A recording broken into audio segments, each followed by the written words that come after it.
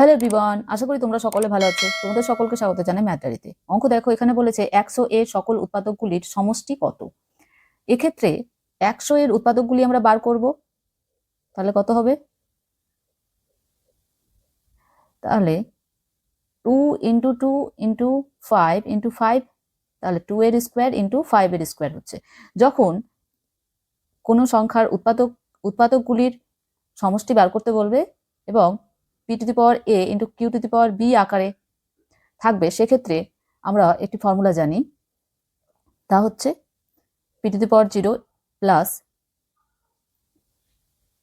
p⁴1 plus p⁴2 plus dot dot plus হচ্ছে p⁴a অবধি যাবে into q⁴0 plus q⁴1 plus q⁴2 plus dot dot করে plus q⁵b অবধি যাবে হবে।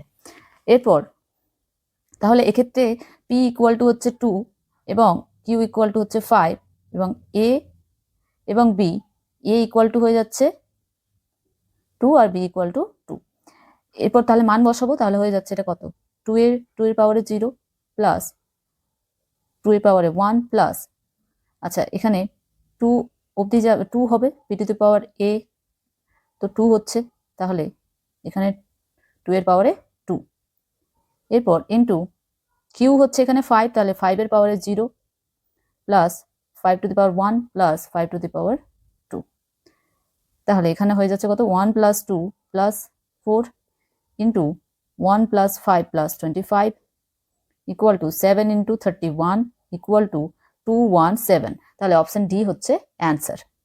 পরের অঙ্কটি দেখো, এখানে বলেছে নিম্নলিখিতগুলির মধ্যে কোনটি গণিতের বৈশিষ্ট্য নয়। তাহলে অপশন এ আমরা চেক করব, বলেছে ফলাফলের অনিশ্চয়তা। তাহলে এটি কি গণিতের বৈশিষ্ট্য নয়? আচ্ছা, গণিতের ফলাফল সবসময় নির্দিষ্ট, নিশ্চিত এবং অপরিবর্তনশীল হয়। তাহলে গণিতের ফলাফল নিশ্চিত হচ্ছে, অনিশ্চয়তা তো হবে না, তার মানে এটি বৈশিষ্ট্য নয়। ঠিক আছে, তারপর অপশন বি রয়েছে নির্ভুলতা। নির্ভুলতা কি? গণিতের সমস্ত নিয়ম, সূত্র এবং গণনা সম্পূর্ণ নির্ভুল যুক্তিভিত্তিক হয়, তাহলে এটি গণিতের বৈশিষ্ট্য হবে, নির্ভুলতা। এবং তারপর বলেছে অপশন সি মৌলিকতা। মৌলিকতা কি? গণিতের নিজস্ব প্রতীক, ভাষা, ধারণা এবং যুক্তি কাঠামো রয়েছে, যা এটিকে মৌলিক করে তোলে, তাহলে মৌলিকতা হচ্ছে গণিতের বৈশিষ্ট্য। এবার অপশন ডি বিশ্বস্ততা। বিশ্বস্ততা গণিতের নিয়ম ও সূত্রগুলি সর্বজনীনভাবে সত্য এবং নির্ভরযোগ্য, তাই এটির বিশ্বস্ততা রয়েছে, তাহলে এটি হচ্ছে গণিতের বৈশিষ্ট্য। তাহলে বৈশিষ্ট্য নয় কোনটি? অপশন এ ফলাফলের অনিশ্চয়তা। পরের অঙ্কটি দেখো, এখানে বলেছে ভগ্নাংশের যোগফল ধারণাটি শেখানোর সময় শিক্ষক বা শিক্ষিকা নিম্নলিখিত প্রশ্নগুলির মধ্যে কোনটি সর্বপ্রথম উদাহরণ হিসেবে ব্যবহার করবেন। এক্ষেত্রে আমরা জানি শিক্ষণ নীতি অনুযায়ী কোনো নতুন গাণিতিক ধারণা যেমন ভগ্নাংশের যোগফল শেখানোর সময় সবসময় সহজ থেকে কঠিনের দিকে অগ্রসর হতে হয়। তাহলে এক্ষেত্রে অপশন এ দেখো রয়েছে 3/1/2 + 1/2 = কত হবে। তাহলে এক্ষেত্রে এটি মিশ্র ভগ্নাংশে রয়েছে, যা প্রাকৃতিক ধারণার জন্য জটিল, তাহলে এটি হবে না। এরপর অপশন বি দেখো, এখানে হরগুলো সমান রয়েছে কিন্তু লবগুলোর যোগফল হর থেকে বেশি, তাহলে এটি একটি আনলাইক ফ্র্যাকশন বা অপ্রকৃত ভগ্নাংশ, তাহলে এটি হবে না। এরপর অপশন সি দেখো 2/3 রয়েছে প্লাস 3/2, এক্ষেত্রে এই দুটি গুণ করে নিয়ে তারপর লসাগু করে নিয়ে এটা করতে হবে, তাহলে এটি জটিল হয়ে যাবে, তাহলে এটি হবে না। অপশন ডি দেখো, অপশন ডিতে রয়েছে হরগুলো সমান রয়েছে এবং লবগুলোর যোগফল হর থেকে ছোট, তাহলে এটি হচ্ছে একটি প্রকৃত ভগ্নাংশ এবং এটি সর্বপ্রথম উদাহরণ হিসেবে ব্যবহারের জন্য সঠিক হবে, তাহলে অপশন ডি হচ্ছে আমাদের অ্যান্সার। পরের অঙ্কটি দেখো, এখানে বলেছে সংখ্যার মধ্যে লেখা যে অঙ্কের স্থানীয় মান তার স্থানের উপর নির্ভরশীল নয় সেটি হলো কোনটি। তাহলে এক্ষেত্রে আমরা জানি স্থানীয় মান কি, কোনো সংখ্যায় একটি অঙ্ক যে স্থানে অবস্থান করে তার জন্য তার যে মান হয় তাকে স্থানীয় মান বলে। এক্ষেত্রে 0 এর ক্ষেত্রে দেখো, 0 সংখ্যাটি যে কোনো স্থানেই বসুক না কেন তার স্থানীয় মান সর্বদাই 0 হয়। একটা এক্সাম্পল দিচ্ছি, 507, তাহলে 0 দশকের ঘরে রয়েছে, তাহলে এর স্থানীয় মান কত হবে? 0 এর স্থানীয় মান সমানই হয়ে যাচ্ছে 0 ইন্টু 10 মানে হয়ে যাচ্ছে 0। তাহলে অপশন সি হচ্ছে আমাদের অ্যান্সার, যেটি তার স্থানের উপর নির্ভরশীল নয়। 0 এর সাথে আমরা যে সংখ্যা গুণ করি না কেন 0 হয়, ঠিক আছে? তাহলে আমাদের অপশন সি হচ্ছে অ্যান্সার।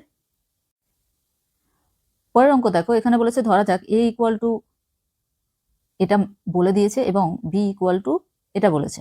তাহলে বলেছে যে তাহলে অপশন দিয়েছে কোনটি হবে। অপশন এতে রয়েছে শুধুমাত্র a মৌলিক, অপশন বি রয়েছে শুধুমাত্র বি মৌলিক, অপশন সি রয়েছে এ ও বি উভয়ই মৌলিক, অপশন ডি রয়েছে কোনোটিই মৌলিক নয়। তাহলে এক্ষেত্রে আমরা কি করব?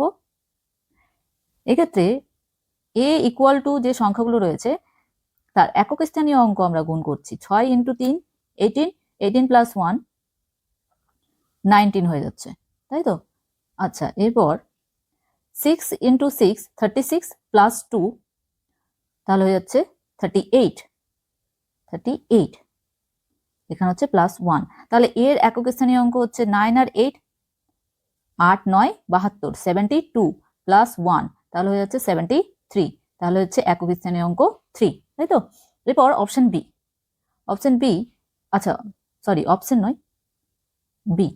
তাহলে এখানে রয়েছে 3 আর 8 গুণ করে নিলে হয় 24, 24 প্লাস 2 26, 26 এর একক স্থানীয় অঙ্ক 6 ইন্টু 3 ইন্টু 4 12 প্লাস 1 13, 13 এর হবে 3 প্লাস 1, 3 আর 6 গুণ করে নিলে হয় 18 প্লাস 1 ইকুয়াল টু 19, একক স্থানীয় অঙ্ক হচ্ছে 9। তাহলে এক্ষেত্রে দেখো এ এবং বি দুটিতে 3 দ্বারা বিভাজ্য, তাহলে এক্ষেত্রে এই দুটি মৌলিক নয়, তাই তো? তাহলে অপশন ডি হচ্ছে আমাদের অ্যান্সার, কোনোটি মৌলিক নয়।